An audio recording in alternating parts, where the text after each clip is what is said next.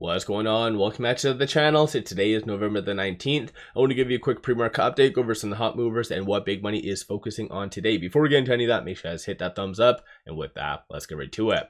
Starting off with data, we just had MBA mortgage applications as well as market index not come in really that great. So applications came in at -5.2, market index 316. As a byproduct of that, you're seeing kind of the futures drop a little bit, nothing significant, but Dow is up still 0.22, S&P up 0.35, and NASDAQ up 0.39. Aside from that though, the big one for today is going to be FOMC minutes. Last minutes did really signal that there was multiple members really in favor of numerous cuts. Market's going to be really looking for that same level of sentiment among members, so that's going to be coming out at 2 o'clock. And then aside from that, everyone and their dog is going to be watching NVIDIA's earnings. And so when it comes down to their earnings, it's going to be interesting. I don't know if the market's going to be extremely irritable and picky as it was with Palantir and Robinhood. So in case you weren't really familiar with that, both Palantir and Robinhood hit phenomenal earnings on their most recent earnings, and Wall Street still decided to really hit them hard because of their still high multiple. So when it comes down to Nvidia, like that could potentially play out. So there's a lot of different ways how this could go down. But a lot of research firms are talking about it so far in the pre-market. So Wolf, this is most recent one, came out at 6:30, assuming that Nvidia, the expected move is around 6.4%. Currently, the fear and greed index is under the extreme fear category. So in theory, people's appetite for risk isn't necessarily on the table, but a lot of stocks are kind of recovering today. So SoFi right now is up 0.76. No news from them, no SEC filings. Shorts are increasing about 5,000 shares during the pre-market, so nothing too significant.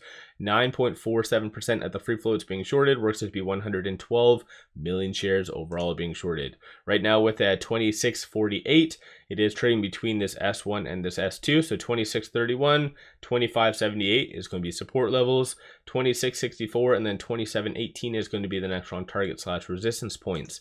NIO is down slightly, and so I think they're still just lagging. There hasn't really been any speculative news or anything associated to NIO, so this has been kind of the most lackluster lead up to their earnings, if that kind of makes sense. But normally what does happen is whenever they announce their earnings, you get some level of FOMO.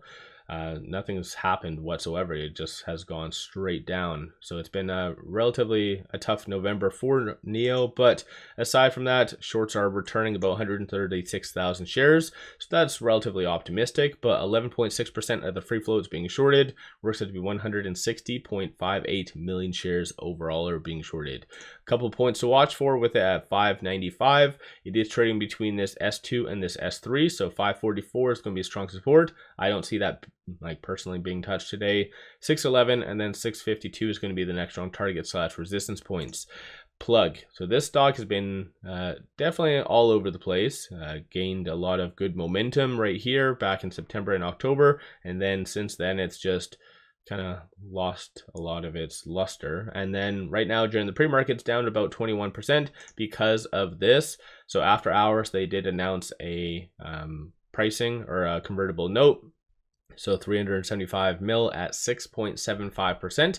So that's kind of crazy and relatively high, signaling that whoever kind of the purchasers of these notes they see Plug as being relatively risky. Aside from that, 24.18% of the free float is being shorted. Works out to be 316 million shares overall being shorted. Shorts already are increasing about 7.13 million shares, so they'll be fairly active today. With it at 170, it is trading between this S2 and this S3. So ideally, from a technical standpoint, you really want to watch for it to get above this $1.88.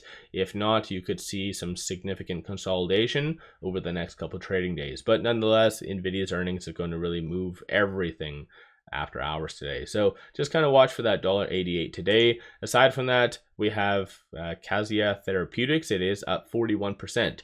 This stock's been interesting. So they did put out a couple things after hours yesterday. One was a 6K, and that did signal that the NASDAQ did determine that they are still not compliant and that they need to kind of set a hearing And so I think in general, NASDAQ's been very lenient with a lot of companies going through hearings. And it looks like what they're deficient in is that below 35 mil for the market cap, I do believe. So right now market cap is 10.57. They also did submit a prospectus, which kind of also signals that same 6K, but they also bring this up right here. Doesn't actually give any full details on this, but this is more of a further update, looks like, to the December 2nd, 2024 actual prospectus, where it shows that they're issuing about 47 million ordinary shares. So I don't know what's really happening with this, but again, something just to keep in mind. It does go over this for new information. It says the last reported sale price was 608.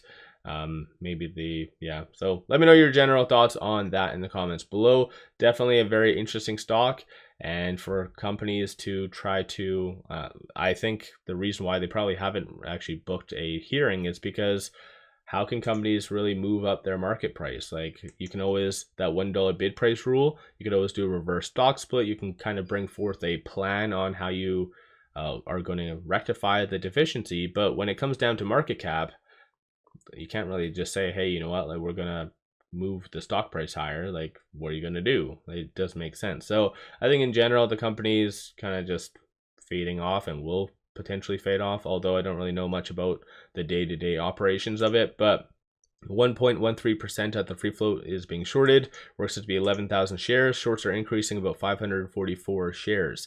So shorts aren't that big of a deal for this stock whatsoever. With a 8 to 14, it is trading between this R2 and this R1. So 804 and then 734 is going to be support levels, 847 and then 916 is going to be the next round target / resistance points. So this one just be somewhat cautious over, only because they could easily just kind of get knocked down to OTC, and I think that would be kind of the death of this stock in general. But what do I know in life? So yeah, just this one, you can definitely day trade it. A lot of good volume is getting in, but again, just be cautious, set tight stop losses, and refer to a lot of these for the support and resistance points. Moving on, and last but not least, Target. So they are down 3.28%, largely because of weak future guidance. So this is also something that the market's going to be really looking at from Walmart standpoint. Luckily enough, Target, they didn't really give any doom and gloom guidance because of consumers or anything. So that's again something just to keep in mind.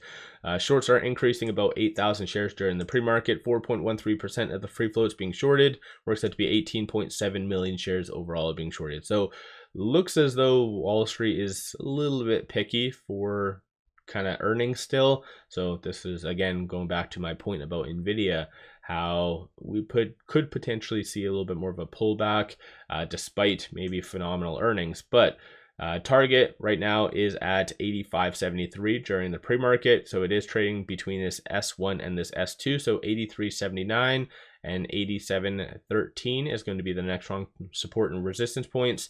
In my opinion, this could recover to this 87 near the second half of the day, dependent as well on the FOMC minutes.